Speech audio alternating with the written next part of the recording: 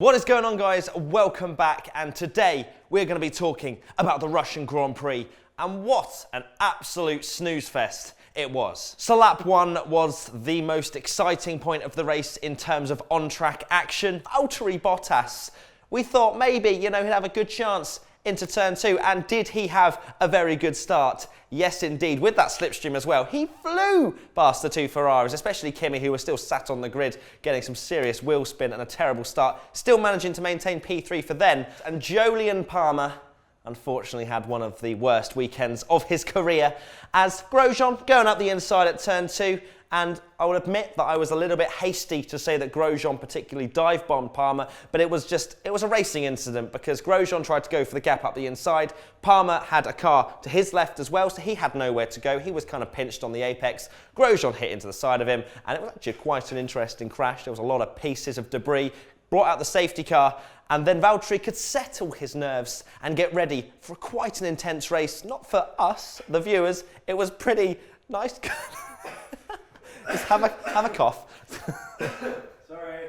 Jesus Christ. Cannot get the staff these days. I was trying really hard not to interrupt. So as I was saying before, I was rudely interrupted by Alistair in the background having a cough. Grosjean and Palmer having that incident into turn two really kind of rounded off a pretty awful weekend for Jolyon Palmer, and no one can really be blamed for the incident. It was a racing incident, pinched on the apex, nowhere to go. Palmer maybe could have pushed to the left slightly. I don't know who was the car to his left, but maybe he could have pushed that car slightly a little bit more to maybe warrant some space for Grosjean, but it was pretty tight into turn two. And unfortunately after that, there were zero, and can I get a big zero, Alistair, when you're editing this?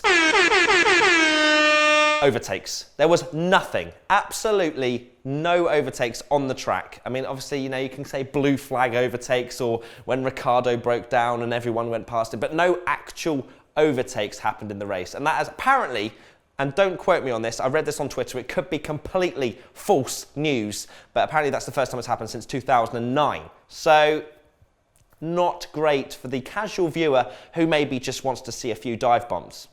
Lance Stroll. This man, he is having a pretty awful time in his career.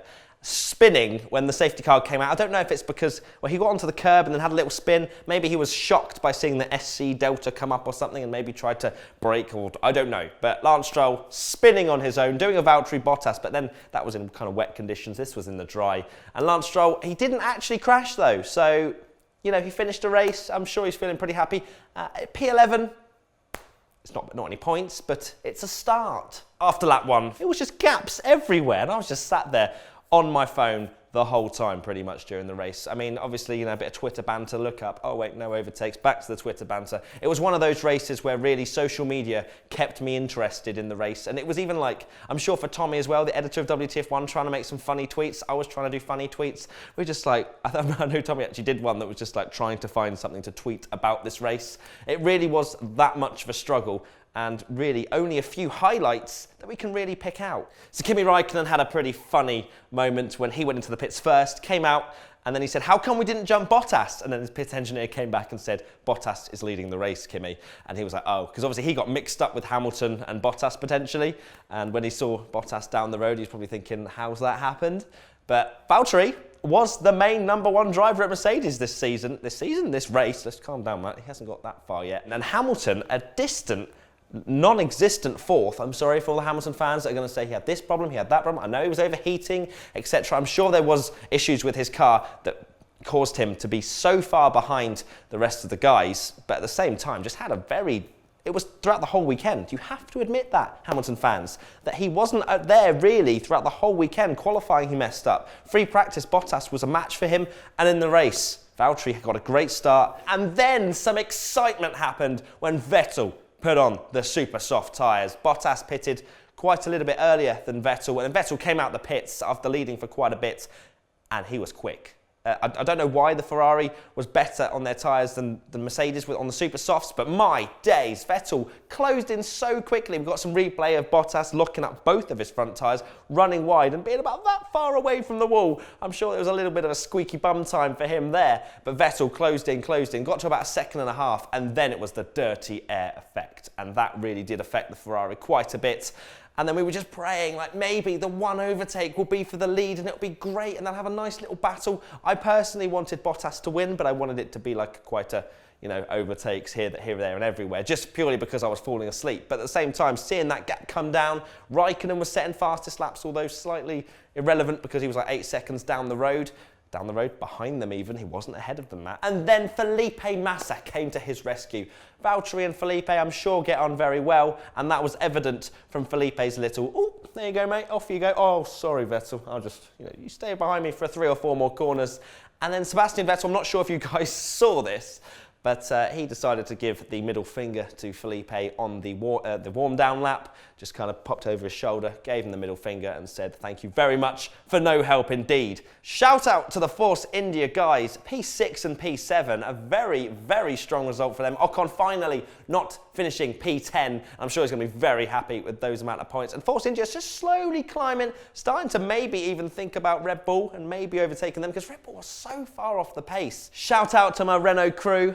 Hulkenberg, P8, my man from the Renault day. A little chin wag with him. But yeah, P8, great result for Renault. Really starting to show some strong pace. Hopefully Jolyon can start to bring that car up as well, but he's going to have much better weekends than he did this weekend and pretty much this whole season so far to get anywhere near Nico Hulkenberg, because I really do rate him as a driver, Hulkenberg. He's very tall as well. Has been quite a hindrance for him in Formula 1, but he is such a good driver anyway, so P8 for him. Great job. So that is it. My overall race rating for this Russian Grand Prix is a 4 out of 10. It would have probably been a 1 out of 10 had it not been for the Vettel and Bottas little catching thing at the end of the race, but apart from that, it really was quite lackluster. I'm sorry for you guys if you didn't enjoy it, but just get involved in the Twitter banter. Follow at WTF1 Official. So that's it. I'm Matt. We're WTF1, and we're out of here. So you've got 4 different categories in this wonderful World Endurance Championship. You've got the LMP1, the LMP2, then you've got the GT-AM and then the GT Pro classes. So the GT-AM is basically like an amateur class. Amateur they call it, where they get rated and they can put a certain amount of drivers. So you've got 3 drivers in each category. And you've got